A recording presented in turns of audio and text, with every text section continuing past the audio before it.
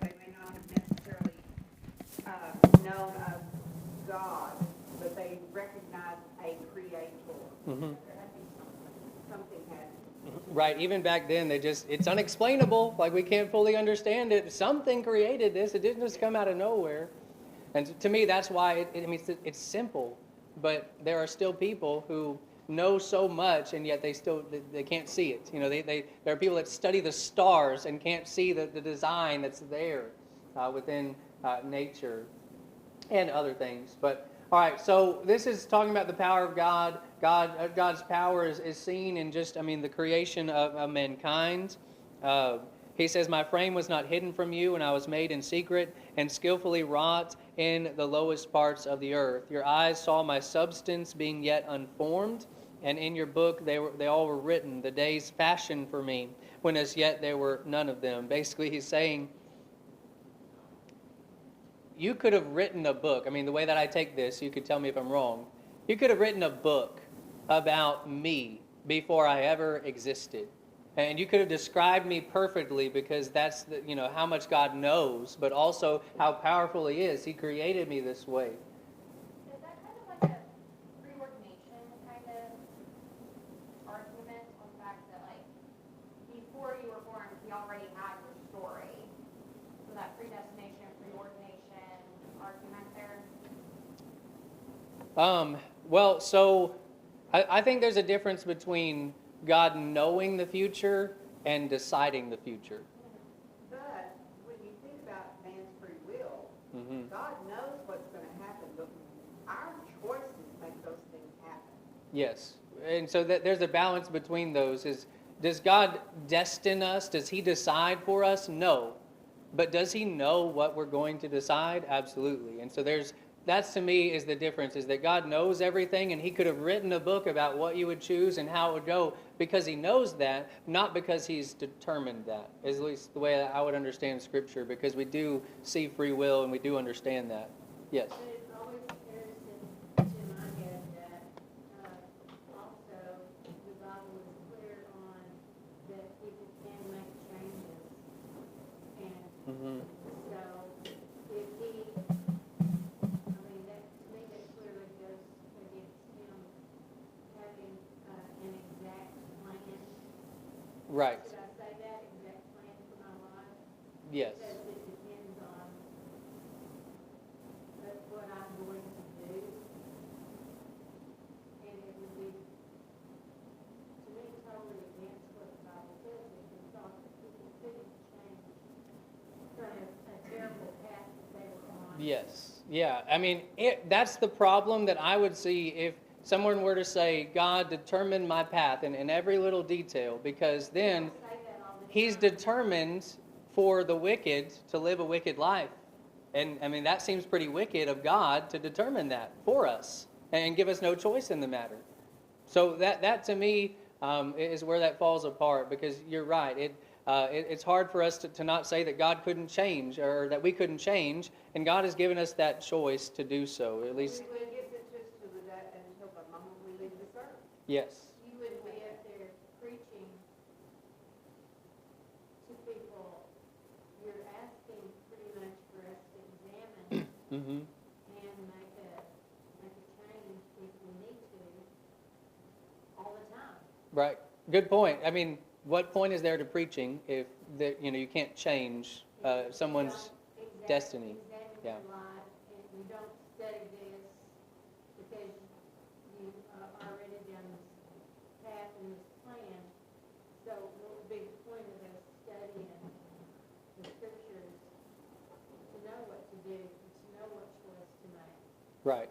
We're either going to choose to be part of His plan. His plan from the beginning has been to be in Jesus Christ. And, or then before Jesus, of course, everything leading up to that was, let's bring Jesus. You could be a part of that plan or not. You think about Ruth.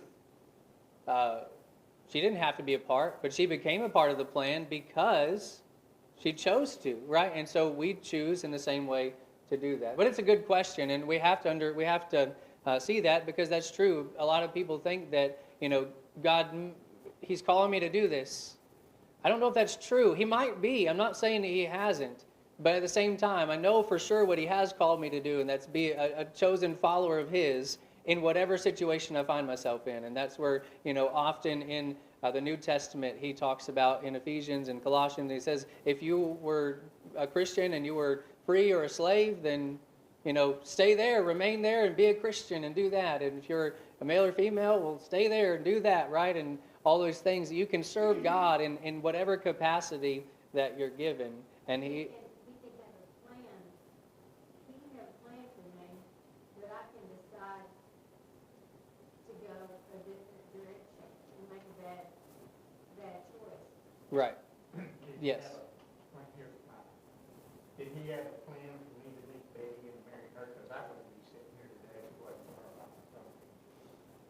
And that's a question I don't know. I mean, God, we know God is working through providence, I think but you get a little deep into that. yes, I think We God have puts- free choices to make. yes, Yeah, I think God puts things in our way yes, so that we have to make a decision one way or the other. I mean, I honestly think he brings people to us hmm either to minister to them or have them minister to us or to be there for our good and sometimes even for our bad hmm because we may need to make a choice there. Am I going to go here or I'm going to keep on the path that I'm on?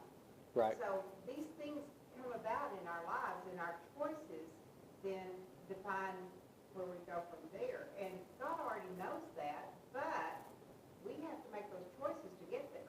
right, yes. And just because he knows what you'll choose doesn't mean he's making you do that. I mean, because otherwise he would say, hey, do this, and then we have the choice to do it, or he commands it and we do it. Think how easy that would be if he just said, okay, you're all going to do this. Right, yeah, Jesus says we're going to have temptation. Yes.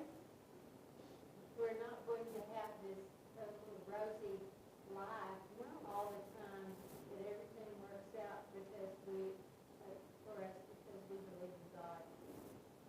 There are going to be bumps. Everybody surely knows that. yes. There's going to be hard times, testing times. Yes, and so we don't want to leave out that God, isn't working in our life. He absolutely is. I'm glad that y'all shared that because that's important to remember. Is that it's not that he just sat back and all right, just choose, but he is working. It's harder to see maybe today than, or it's easier to see in hindsight, just like anything, right? And so you look back and think, yeah, I mean, had to be, and that's totally fine. But at the same time, he does give us free will. I have So, one more yes, go. One more question. Like, you hear people say, well, it was their time to go, so they died. Well, I'm not sure I believe that. Right. I don't either. I wouldn't believe that. I mean, that kind of gets into the Hercules and the fates, I mean, I kind of go back to Disney and just the Greek mythology. The fates would be there holding your string, and then your time to go, you just cut it, and it's done. I don't see God doing that because we know he wants all mankind to be saved. There are times where he does end people's life in the Old Testament, right? Or even early on in the New Testament, and he was able to do that. And can God, judge righteously? Absolutely, which we'll get to in a moment. But absolutely, God can judge based upon what he knows they will do in the future. And so we have to be fine with that. But that's a good question, too. And I generally don't believe that he's taking people. When someone says to you, well, it was just their time to go. You just let that go, or you say, I don't know about that. It's a good question. I don't know. Because, I mean, it's hard to say.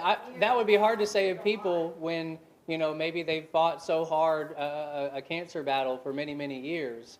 Why is it their time to go 20 years in? Choices they're making Yes. is literally the life they've been given. Mm. The physical life that we're living. Because that's the difference, that's not based off of free will, that's not based off of choices at all. Right. Yes. Yeah, some things we can't choose, where we're born and all that good stuff. And Well, there's things that happen in this world that we have no control over.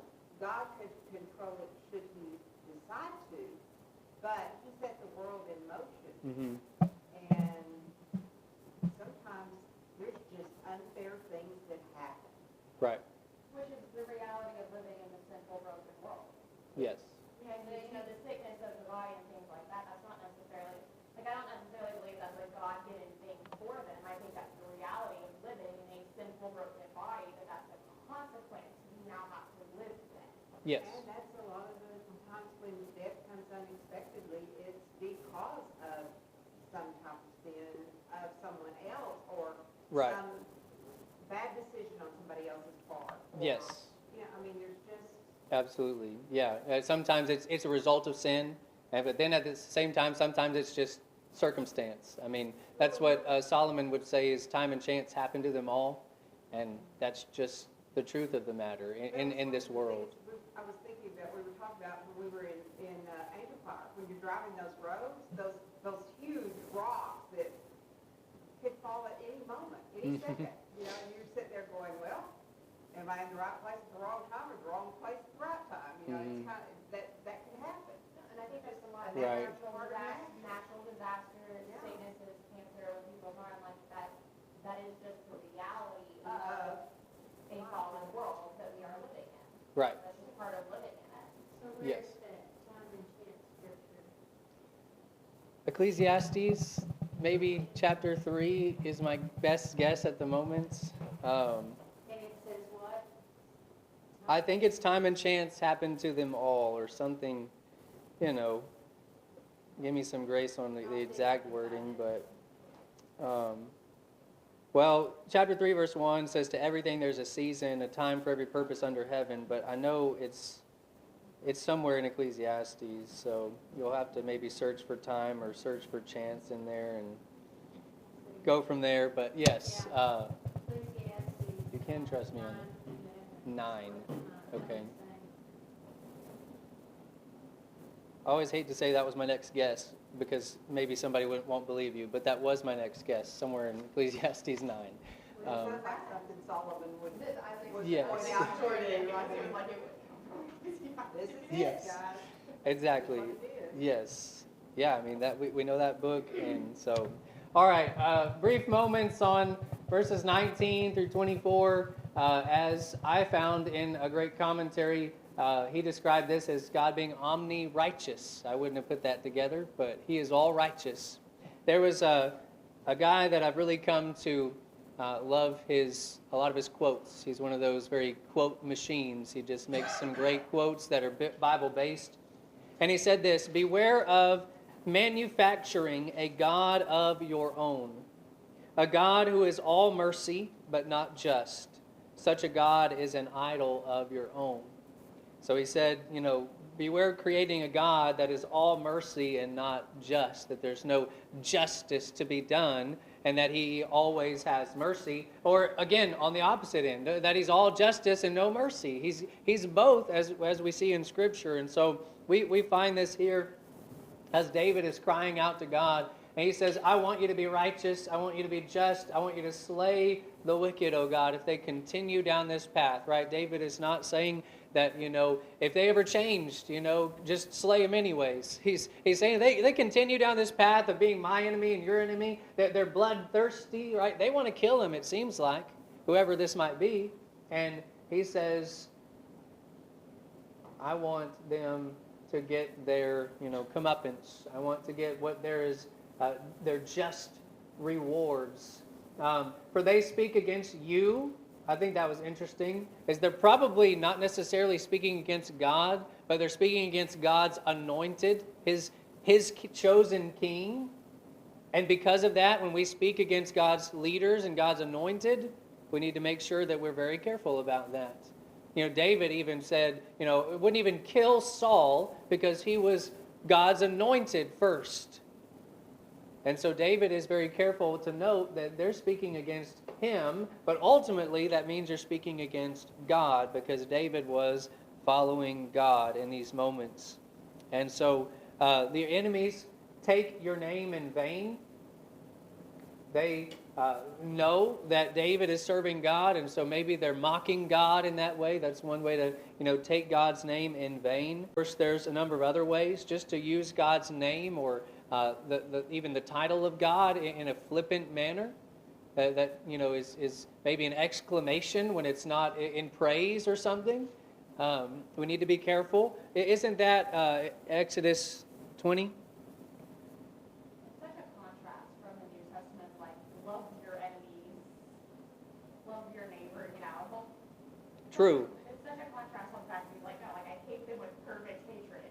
And then you go forward several books, and they're like, oh, you have to, like, love these people. Mm-hmm. Like, we love them, sweetie. Yes. You know, when he gets down to verse 24, well, 23 and 24, he's talked about all these things that he hates, and then he turns around and says, search me and know my heart, and try me, and if there is any wicked way in me, lead me in the way everlasting. So if my hatred, if my purpose against these people is unrighteous, then help me to recognize that and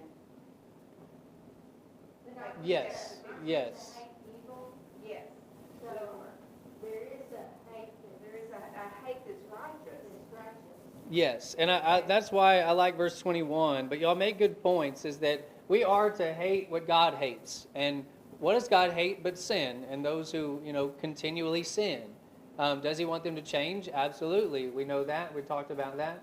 But I like what you mentioned. You get down to the last part of this psalm, and the whole point of the psalm is not necessarily just to slay the wicked, God. He's just saying, we want you to be righteous no matter what, and righteous even in myself.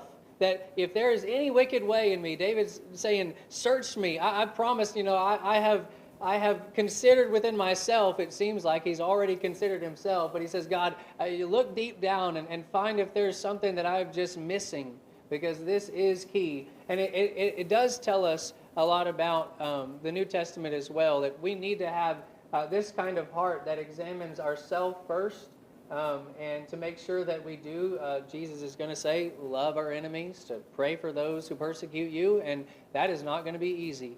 But I imagine we have an example right here that the Psalms are not just songs, but this is probably a prayer too.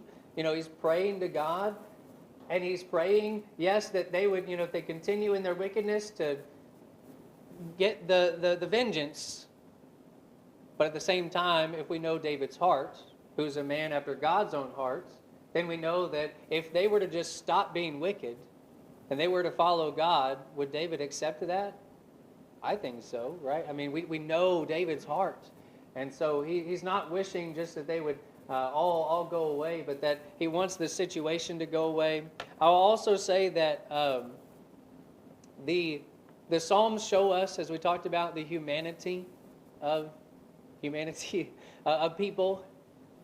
And just because it's in there, and also there's a poetic license to these things, David is using some language that maybe he did say because he's in grief. He's in great distress. There are things happening to him that when we face grief and distress, we know it changes us a little bit, right? Not to excuse that, but to say that it shows us the humanity of these great Bible heroes such as David.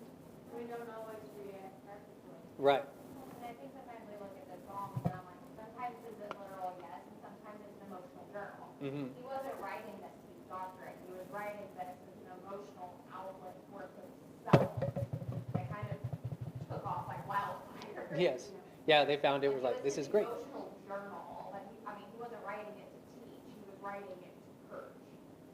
I think Agree with that. I think we have to recognize and distinguish the difference between the overall movement. There was a whole lot of killing in the Old Testament, and most of it was not written. Mm-hmm. The new law comes out, and Jesus said, you have to, you've been taught to eye for an eye, tooth for tooth, and I tell you to love your enemies. Right. Be kind to those who persecute you. We have to remember when we read the Old Testament, that these people operate under the law of Moses, not. Right. Yes. And, there were many times in the Old Covenant that God said, go destroy these people. And that was a righteous thing for him to say and do in those times. But God doesn't tell us today to go destroy the wicked, right? He says, pray for the wicked, bless them, do good to them, speak well of them, and that's how you're going to overcome evil with good. And that sounds counterproductive, but it's what the New Testament is telling us. All right, so I want you to notice there's 6 requests here that David says in just these 2 verses. Search me, know me, try or test me, and know my anxieties, and then see and lead. Here's his request of God. This is, part of his prayer. I want you, who knows all things that we just talked about, in verses 1 and following. God knows every little thought he's ever thought about, every situation that he's been in. And so he's saying, you know everything. I want you to search me. It's kind of, I don't know, being human, a little scary about thinking about our thoughts. Because we know that our thoughts are, they go wrong often, even on a daily basis, mine included, right? And so David says this in a way that not is boastful, and certainly not in a way that he doesn't recognize his failings. David obviously recognized many of his failings, but at this point, he is comfortable with God searching him because he wants to know what wickedness might perhaps be in him, because if there is any wickedness in him, he doesn't want it to stay that way. He doesn't want to be like his enemies, right? And that's why we don't fight fire with fire in terms of, getting vengeance. We don't do exactly what our enemies do to us. David gives us a great example of that. Here he is praying for his enemies. Now, I will say he's probably praying for his enemies a little bit differently than we might. But at the same time, could we pray, as we talked about, that we want the wicked who continue down that path to get their just rewards in the end? Absolutely, or else God is not omni-righteous. He's not all just if he doesn't do those things. And so, eventually, of course, I think we should pray for those, all enemies of God's people. Pray that they could be saved, right?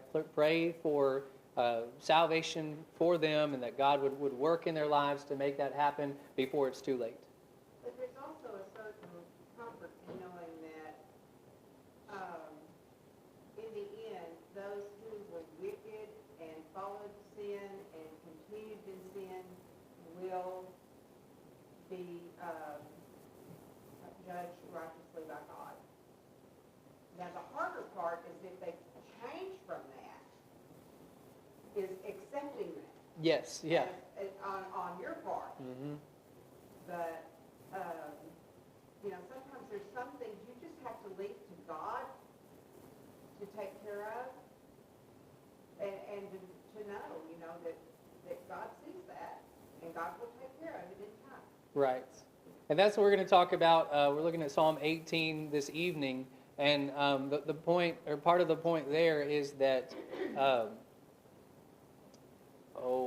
what you just said was so perfect towards it. So I forgot right now. But anyways, you come tonight, it'll be, we'll talk about it. I'll try and remember it for this evening. And I think that's where Paul's testimony literally comes into play. And then, you have not as wicked towards Christians as you could possibly get towards Christians. Right. And then you see the radical change that truly can occur with Jesus. And then Mm-hmm. he's one of the cornerstones of the Christian faith. Yes. And I have no doubt for a lot of the Jews especially, that was an incredibly hard pill to swallow, because they're like, I'm sorry, how many of us did you murder? Mm-hmm. Which, Yes, and yeah. all of a sudden you're telling us that God is love and that Jesus died for us and that we should be following this kind of teaching. Right. And who do you think you are? Right. And but that's Jesus. That's what he died. Mm-hmm. And you see that when he starts his ministry, he starts it for the Gentiles. Mm-hmm. And then begins to show that, and he admits how wicked he was. He admits how wrong he was to the Jews, and then brings the Gentiles in. And that's a critical part, because even though Peter converted the first Gentile, Mm-hmm. it's a wonderful example of wicked to righteous. Right. And the change